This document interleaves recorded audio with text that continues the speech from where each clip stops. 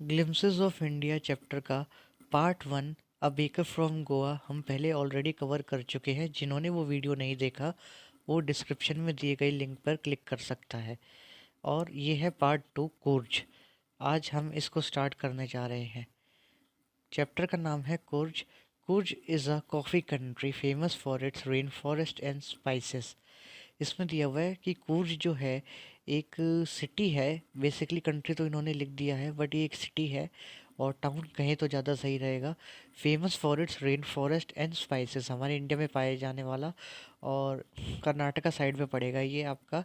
और ये यहाँ पे बहुत ही ज़्यादा रेन फॉरेस्ट है और स्पाइसेस यानी मसालों के लिए बहुत ही फेमस है। रेन फॉरेस्ट यानी वर्षा वन, मतलब वो एरिया जहाँ पर बहुत ज़्यादा ऐसे फॉरेस्ट जहाँ पे बहुत ज़्यादा बारिश होने की वजह से ग्रीनरी ही ग्रीनरी है। Midway between Mysore and the coastal town of Mangalore sits a piece of heaven that must have drifted from the kingdom of God। कहते हैं कि मिडवे यानी बीच में मैसूर और जो कोस्टल टाउन है मैंगलोर का। मैंगलोर क्या है, एक कोस्टल टाउन है। तो मैंगलोर और मैसूर के ठीक मिड में एक स्वर्ग जैसी जगह है का जिक्र करा गया है। और स्वर्ग जैसी जगह जिसको ये कहा गया है कि ज़रूर ये भगवान की खुद की किंगडम से ड्रिफ्ट हुआ। ड्रिफ्ट यानी कि अलग हो गया होगा। मतलब इसकी सुंदरता का डिस्क्रिप्शन करते हुए ऐसा कहा गया है, स्वर्ग से तुलना करी गई है कुर्ज की। This land of rolling hills in is inhabited by a proud race of martial man because beautiful women and wild creatures. कहते हैं कि ये जो जगह है यहाँ पर बहुत ही सुंदर सुंदर पहाड़ है जिनको रोलिंग हिल्स कहा गया है। मतलब ऐसा प्रतीत होता है जैसे वो लुढ़कते हुए जा रहे हैं। Is inhabited by a proud race of martial man, इसका मतलब है कि वो योद्धा जो कभी युद्ध किया करते थे, यानी युद्ध से रिलेटेड लोग। ठीक है, जो भी यहाँ के मैन है वो सब युद्ध से रिलेट करा करते थे या करते हैं। और beautiful women and wild creatures, बहुत सारे यहाँ पे जानवर देखने को मिलेंगे और यहाँ की जो वुमेन्स है वो काफ़ी ब्यूटीफुल है। कुर्ज और कोडागू, तो इसका जो दूसरा नाम है वो है Kodagu. The smallest district of Karnataka, Karnataka की one of the smallest district है।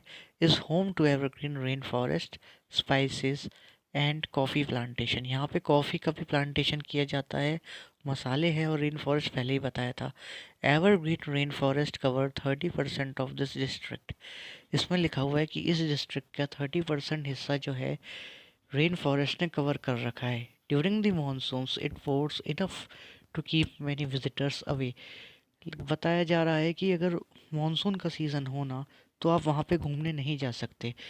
तो इसीलिए मैनी विजिटर्स अवे, अवे मतलब दूर रहते हैं यहाँ पे यात्री, कोई नहीं आता यहाँ पे घूमने के लिए क्योंकि मानसून में बहुत बारिश होती है।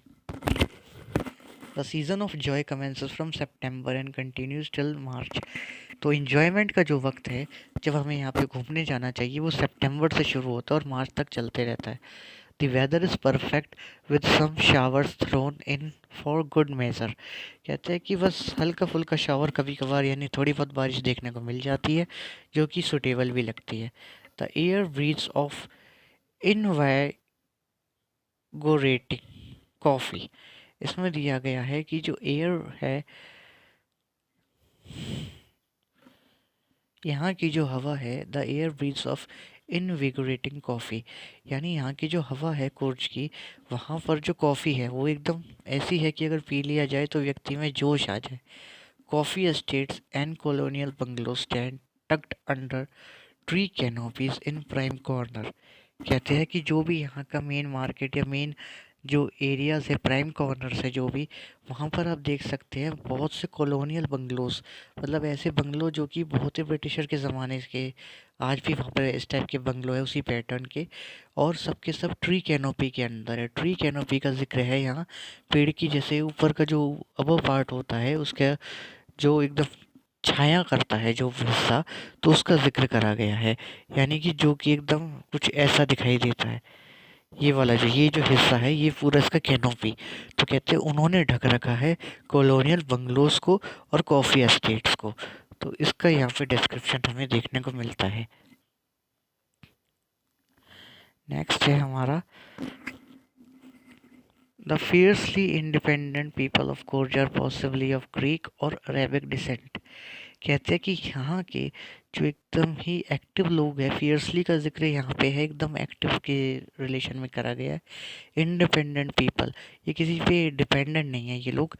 ये जो कुर्ज के लोग हैं, इनको आप कह सकते हो कि या तो ये ग्रीक लोगों से आए हैं या अरेबिक लोगों से, यानी इनके जो पूर्वज है वो या तो ग्रीक रहे होंगे या अरेबिक। एज वन स्टोरी गोस, क्योंकि एक कहानी जो है वो कुछ ऐसा जिक्र करती है। A part of Alexander's army moved south along the coast and settled here when return became impractical. कहते हैं अलेक्जेंडर की जो आर्मी थी, जो किसी ज़माने में यहाँ पे आई थी, वो साउथ की साइड में कोस्ट से होते हुए आई होगी, और फिर जब वो सैनिक वापस नहीं लौट पाए तो यहीं पे बस गए वो लोग। तो इसमें दिया है ना, when return became impractical, these people married amongst the locals and their culture is apparent in the marital trade martial traditions, marriage and religious rites which are distinct from the Hindu mainstream. कहते हैं कि ये जो Alexander की army के जो लोग थे जो यहीं सेटल्ड हो गए, इन्हीं की वजह से अब यहाँ के जो लोग हैं वो ऐसी अपीयरेंस रखते हैं। These people married amongst the locals, कहते हैं जब ये रुक गए थे, जा नहीं पाए थे, तो इन्होंने वहीं के लोकल से शादी कर ली होगी, और इस तरीके से जो मार्शल ट्रेडिशंस है, मैरिज है, रिलीजियस राइट्स है, यानी रीति रिवाज वगैरह, ये सब फॉलो होते हैं, बट थोड़े से अलग है हिंदू लोगों से।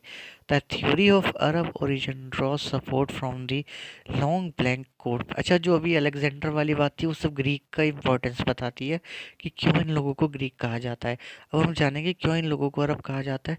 The theory of Arab origin draw support from the long black coat with an embroidered waist belt worn by the Kodavas. कहते हैं जी जो कोडावूस के लोग हैं, यानी कुर्ज के लोग, ये जो एक लंबा काले रंग का कोट पहनते हैं जिसमें कि एक बेल्ट जैसा होता है जिसपे एम्ब्रॉयडरी हो रखी होती है।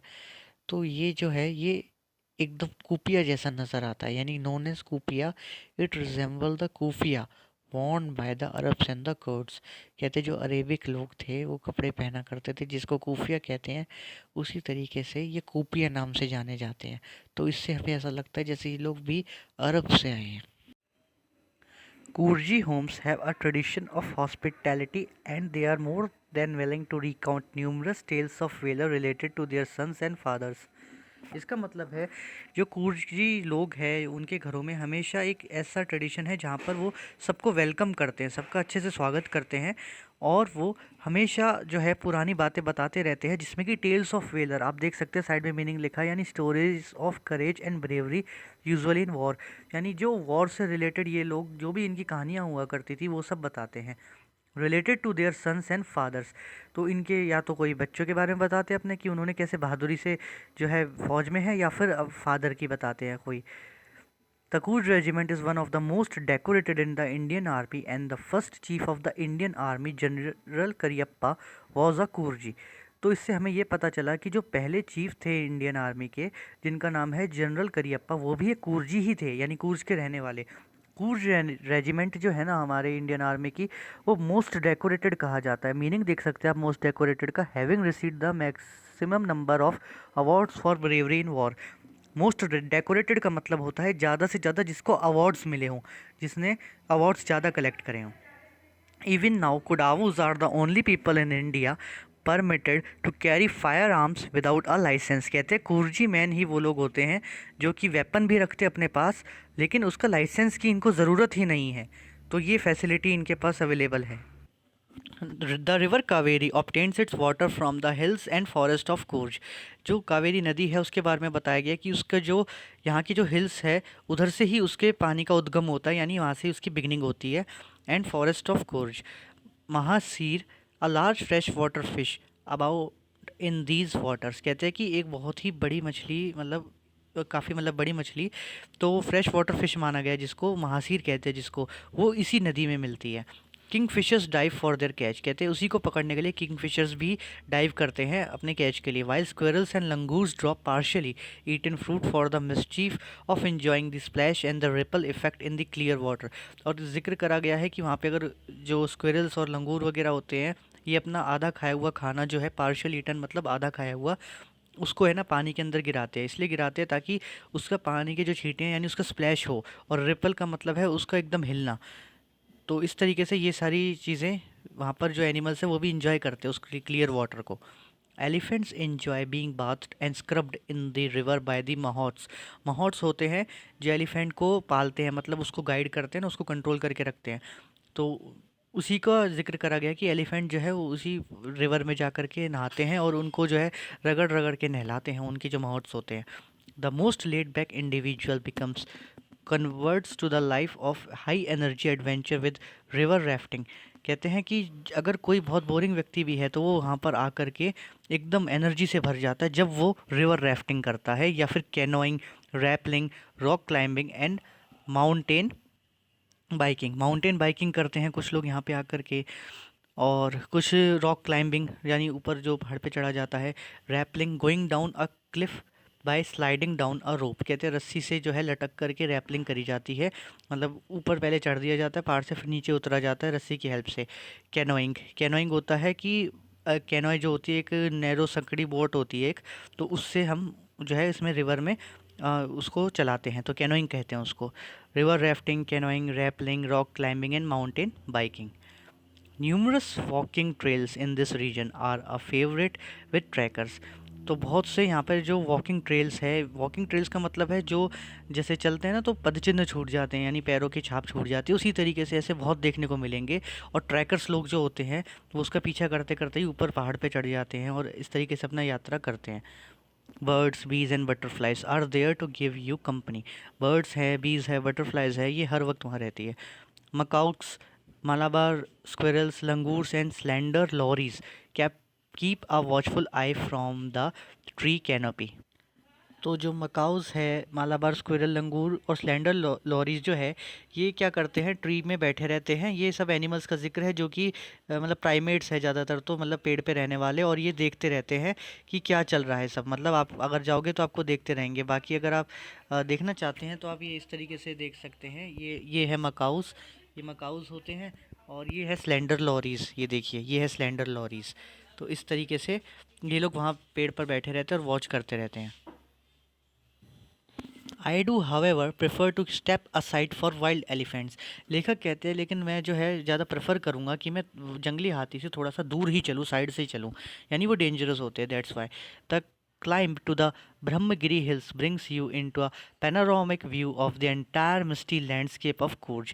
कहते हैं पूरा का पूरा जो कुर्ज है, अगर एक ही बार में देखना चाहते हैं आप, तो आप कहाँ चले जाइए, ब्रह्मगिरी हिल्स पर। वहाँ पर जाकर के आप पूरा का पूरा खुर्ज जो है उसको देख सकेंगे, उसके बहुत दूर तक देख पाएंगे आप।